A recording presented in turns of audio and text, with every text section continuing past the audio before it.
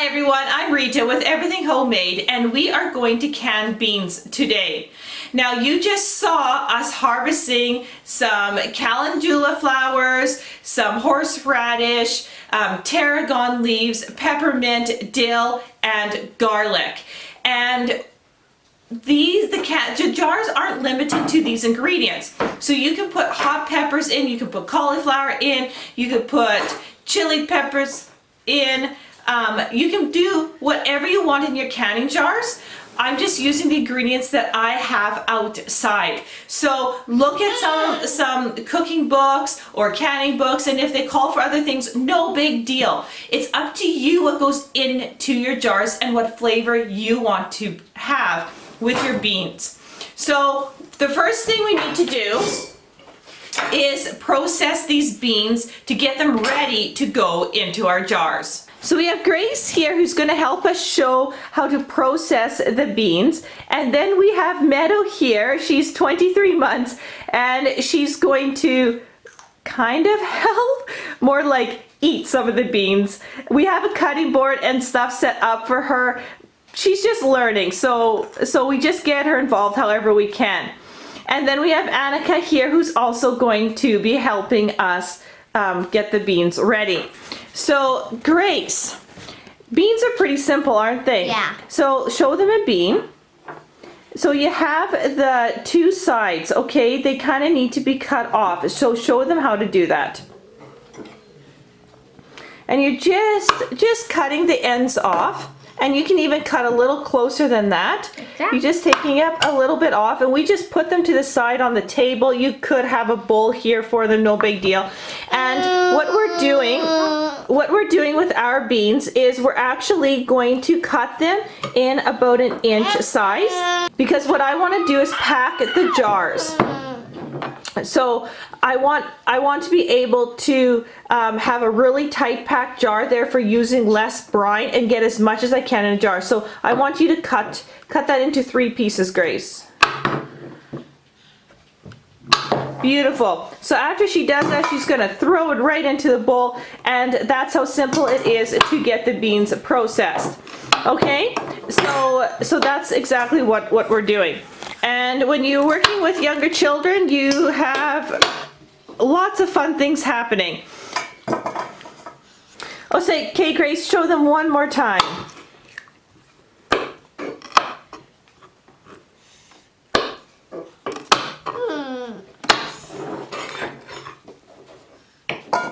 Awesome. So when you get really good at this, I can do 6 or 7 beans at once, so it goes a little bit faster than one by one.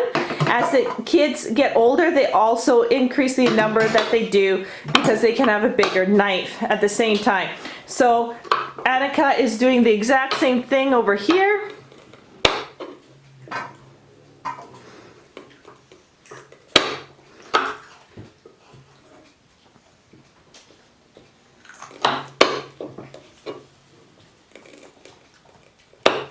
So I'm going to be joining them after I do the herbs here. Now let's go to the herbs for the moment.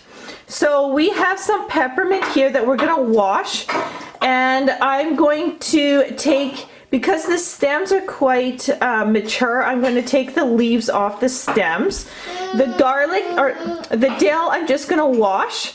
I'm just going to wash these beautiful flowers. Now I like to add flowers in, 1 because it's pretty, 2 because these are edible and they have some really medicinal properties to them. The other thing is I'm going to wash up these garlic, and I'm just going to separate them all into their cloves. And then I'm going to wash the horseradish, and then I'm going to peel it like a carrot, like you would take the skin off a carrot. You just do that with the horseradish, and then we're going to cut it up into quarter sizes. So I'm just going to chop it up after, and I'll show you that. So I'm going to work on that. So while I clean this and my kids have started on the beans, I also have my canning stuff ready. I have my snap lids warming up. I have my brine. It is 12 cups water, 4 cups apple cider vinegar, 1 cup salt, and 3/4 of a cup of some kind of sugar, and I use honey. So that also needs to heat up. I also have what I need for my jars, and I also have my canner that is heating up. So I don't want my water smoking hot, I just want it hot.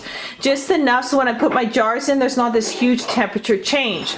I also have my jars in the oven right here, and they are heating in the oven under 250 degrees Fahrenheit. I've also washed them before I put them in here. Now you'll notice that I got a lot of jars to the amount of beans that I showed you. That's because I have some cucumbers that I'm also going to be canning, and I also have red beets that I'm also going to be canning.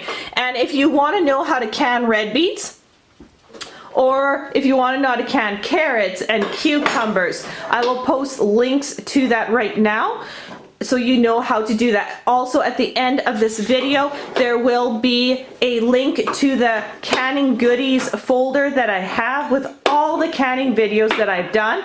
There's also a video on how to can, so go right into very basic on how I got that setup that I just showed you and everything there. So please watch that if you're new to canning, because I do go step by step into how and why I do what I do when I can, so you really understand how to do it. So we're gonna come back here in a few minutes once we got all the beans cut and all.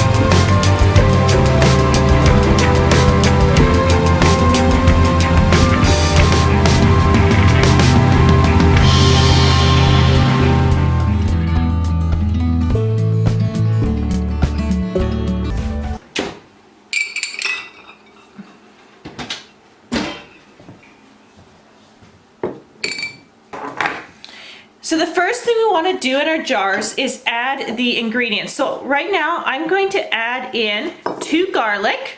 I'm going to put in 2 or 3 horseradish because I like the zing the horseradish gives, plus the horseradish keeps it crunchy. This is a key to keeping your canning goodies crunchy. If you don't have horseradish, you could put 2 grape leaves, or you can put a few currant leaves in. The next thing I want to do is I'm going to add just a little bit. You see that? Just a little bit on my teaspoon here in the jar. And then what I'm going to do in this one, I'm going to add some tarragon. Now, tarragon is like to beans as peanut butter is to jelly. And I'm just going to rub this tarragon and kind of bruise it up a bit before I put it in the jar, so it releases all its wonderful flavor. Now I'm going to put quite a bit because this is fresh, and you can use more fresh than you can use dried. And tarragon is amazing when it comes to beans. If you want to test if you like tarragon, just steam up some beans, add some dried tarragon on top, and it will be delicious with a little salt and oil. So I have those ingredients in here. Now I'm just going to use my funnel here, and I'm going to add up my chopped up beans. So I'm going to get them through there.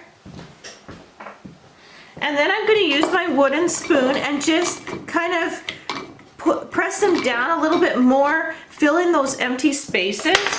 And you can get quite a bit of beans per jar when you do this.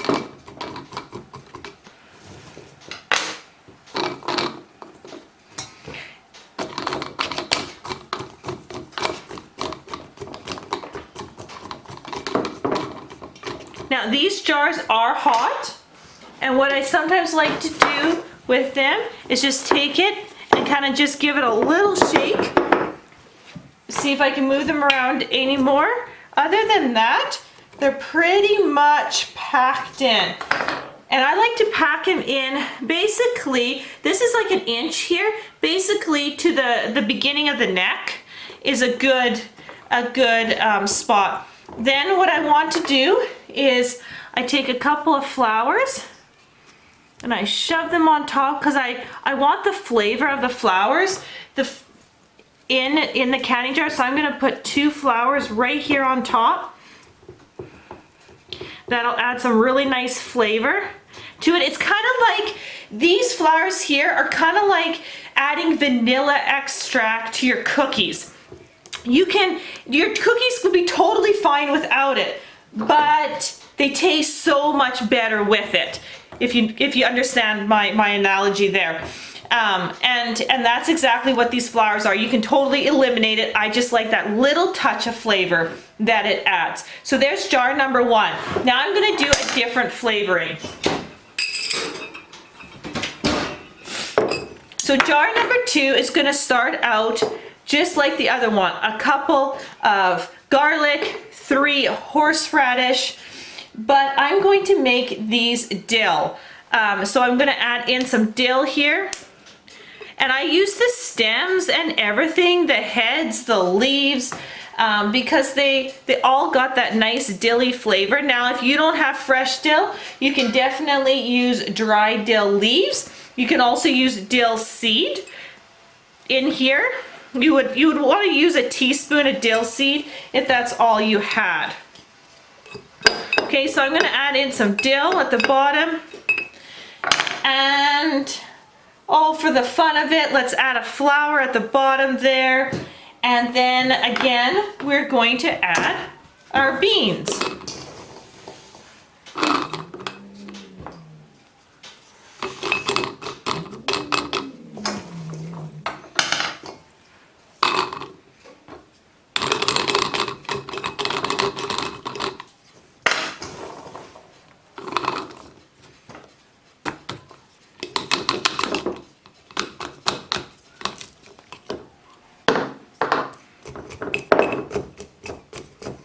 I always want to touch the jars, but they're hot. Okay, so I'm going to leave a little bit of space here because I'm going to put a couple of more dill weed at the top, and I'm just going to make it small here and kind of just shove it in on the side, just like that. Kind of give a really nice flavor there. And I see I got a little bit more room, so I'm going to shove a couple more beans in here. Just like that. And now I'm going to add a flower in there. I really like these flowers with beans in particular. I always do it with my beans. Okay, so got some flowers in there, and number 2 is done. So the last flavor that tastes really good with beans that I really like is peppermint. Now same thing, couple of garlic. I'm gonna add in this one a little bit of kick. I'm going to only add 2 in because these particular pieces are baked, but I'm gonna add some peppermint right at the bottom. And when you season stuff with fresh peppermint, it gives such a wonderful flavor, and beans are no exception. Beans taste wonderful, and I like to have different flavors. I mean, yes, you can do the same flavors. You can, most common is dill beans and dill cucumbers, but I love the variety, so not all my beans are the same flavor. They all got a little bit different, and because I can. So there's lots of good herbs out there, and canning with herbs is just a fantastic way to do this. You could do pickling spice. You could add pickling spice. My preference is not with beans. I don't know why. I just do not find pickling spice tastes good with beans. But some people love it. It all depends on your particular taste buds. So go ahead, add some pickling spice if you want. So again, I'm going to just get that pressed down. I'm going to add a little more peppermint at the top, just like we did with the dill. And then I'm going to put a little flower here and right here. Okay. Just like that. So take a look at the top. Isn't that beautiful?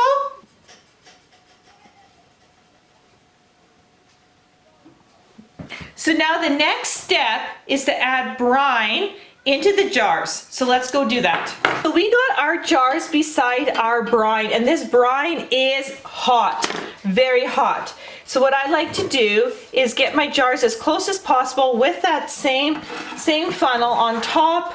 I give it always a bit of a stir because sometimes the salt can settle, but I'm just making sure that everything's stirred, and I'm going to add in my brine.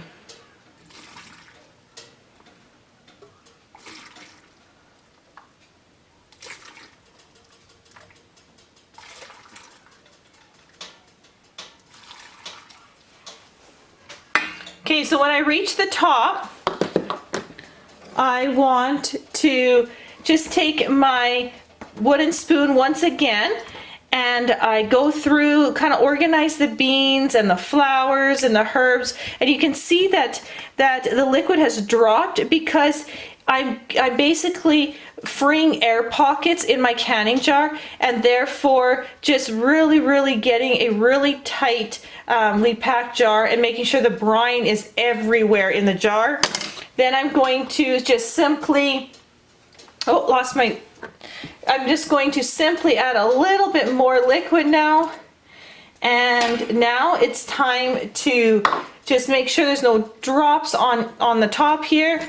I'm going to go over here and I'm going to get my snap lid, which is hot. I'm going to put it on top. Then I'm going to get its lid, screw it on. Remember, these jars are hot, so I always protect my hand, give that extra oomph, and then I'm going to put it into my canner.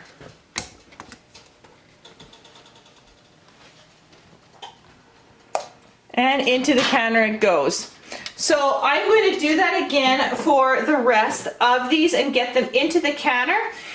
Now, if you see over here, before I do that, I don't have enough beans to make a full jar. Now, I like, because we're family 8, I like full 1-quart jars, but I do have cucumbers over here that I'm going to be also canning to fill this canner up. So I'm going to be half cucumbers and half beans. Now, with cucumbers, I will post a video at the beginning how to do the cucumbers, and it's basically identical to the beans. But what I'm going to do is mix one jar, mix the beans and the cucumbers together. They'll taste absolutely delicious. So that's something you can remember. You can mix things up. All right, turn that off. Now that we have 7 jars in our canner, and we have 5 of them that are beans and the rest is cucumbers, what I'm going to do now is crank my heat a little bit higher, get this canner going, and the key to also keeping them crunchy is only having this canner to a light simmer. Now I'm going to lightly simmer it for 10 to 12 minutes, and then I will depressure it and take my jars out. So our canner is done, and so what we're going to do now is turn off the hot plate. We're going to take the lid off the canner, and basically we're going to leave it for 5 minutes. So I'm going to put 5 minutes in my timer here, and that will stop the simmer. It'll just depressurize the canner, and then we take the cans out. So now that the canner is done, I'm going to slowly lift a jar out. I'm going to tilt it a little bit to get some of the water off the top. And then I have a tea towel over my hand because I have a distance to go where I want my jars. And then I'm going to put my jars over here. So let's do that again.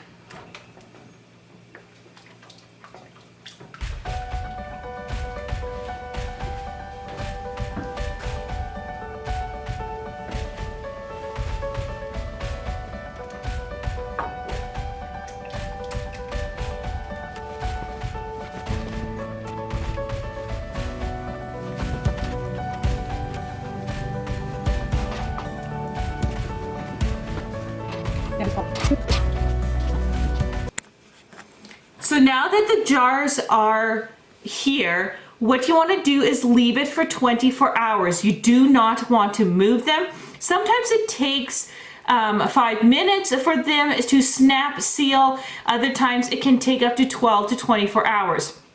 So the way to test that is when they're done, you want to run your finger across, and they shouldn't go up and down. If they go up and down, they're not sealed. They should be pressed down, and then you'll be good to go to put it into cold storage. Once you put in cold storage, you can take these rings off, because the only purpose for this ring is to hold the snap lid in the canner and get that seal. Once it's sealed, these snap rings are useless, and you can take them off and use them to can your next batch. So once that is done, then you can start all over and do another round in your canner. So thanks so much for watching, and shoot me some comments. I'm also an author, so if you want to check out what I write, there is links all in the description box. I write clean action romance, so check the trailer at the end of this video, and thanks so much for watching. We'll see you on